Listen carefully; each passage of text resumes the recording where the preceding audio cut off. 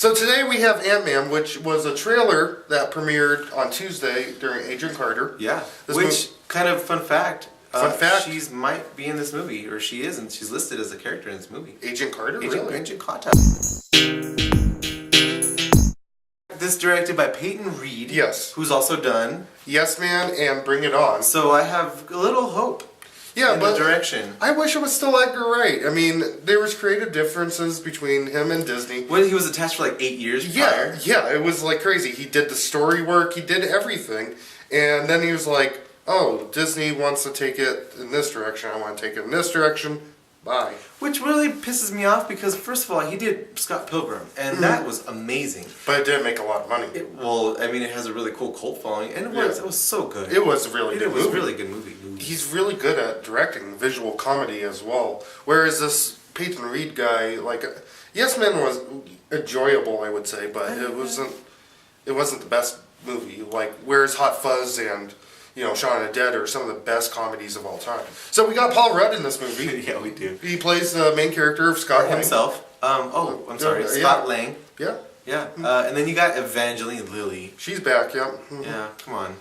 Peggy Carter's gonna make an appearance. You got Judy Greer, Corey Stoll, and Michael Douglas, obviously. Yeah, so, Michael Douglas looks actually really good. He looks, and his voiceover sounds really cool too. So really excited about what he's gonna do. And also, like I said earlier, Peggy Carter is in this movie, listed in this movie. So I'm hoping she's like a flashback with young Michael Douglas.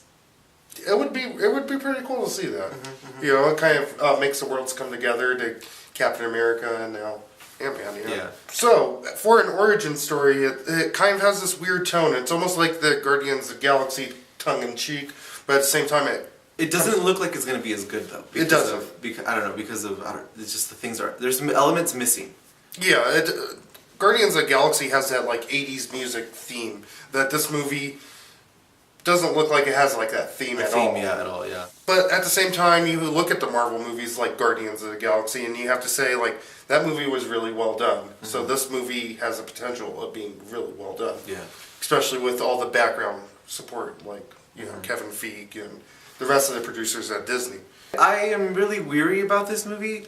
This trailer honestly did make me excited for it. Paul Rudd looks like, you know, he really took this seriously because, I mean, he built a lot of muscle mass for this role. Yeah. So hopefully it's a good, serious role for him. If it stays tongue-in-cheek and they really direct these action sequences really well, this movie can turn out to be really awesome. I really liked how they did, like, the shrinking. You know, yeah, that was pretty cool. Yeah. But it got a little obnoxious, because you read the comic, and you're like, okay, Ant-Man's flying on the little flying ant, you know? When you see it on the screen in a realistic like movie, you're like, it's a little obnoxious. I think, honestly, that I will like this movie, but I'm also gonna feel like, did they have to do this movie, you know? Well, hopefully at the end of it, you will say that they have to because of all the tie-ins. Like, well, obviously they'll make it tie-in. I'm hoping. They could have probably. I honestly probably think they could have done like a better character. Yeah, probably. But who knows? They got. I'm not in charge of the studio. I'm not in charge of writing the script and all that stuff. So you know, let's just hope it works. Well, Ant-Man's been in their backpack for a long time, and they've been wanting to make it. I mean, I would imagine that. Back when they made the first Avengers, they wanted to include Ant-Man because he was a part of the original Avengers. But that brings us to a part of the show called Study Guide, where we recommend a movie for you to watch before watching this movie. And I'll go first. Guardians of the Galaxy, Stolen. Yeah, well, I don't blame you, jackass. I really, really think it's a good movie to compare. One, because I think it's all about the comedy and the timing, and I think it's going to have great timing, this movie. So, yeah, let's see how it goes. What are you going to recommend? Avengers. And the reason I recommend the Avengers is it's kind of like the prequel of the Marvel comics, like to this year, or the Marvel movies to this year. You have the comedic elements. It's directed really well. It is. Like that mixed in with the seriousness, and you could probably see Peyton Reed taking a lot of Joss Whedon's like prowess. Up here is a thing that if you click it, you'll subscribe to us. Give us a thumbs up. Give us some comments, including your movie suggestions for us to review. And then, you know, follow us on social media, and we'll be there. It will be there.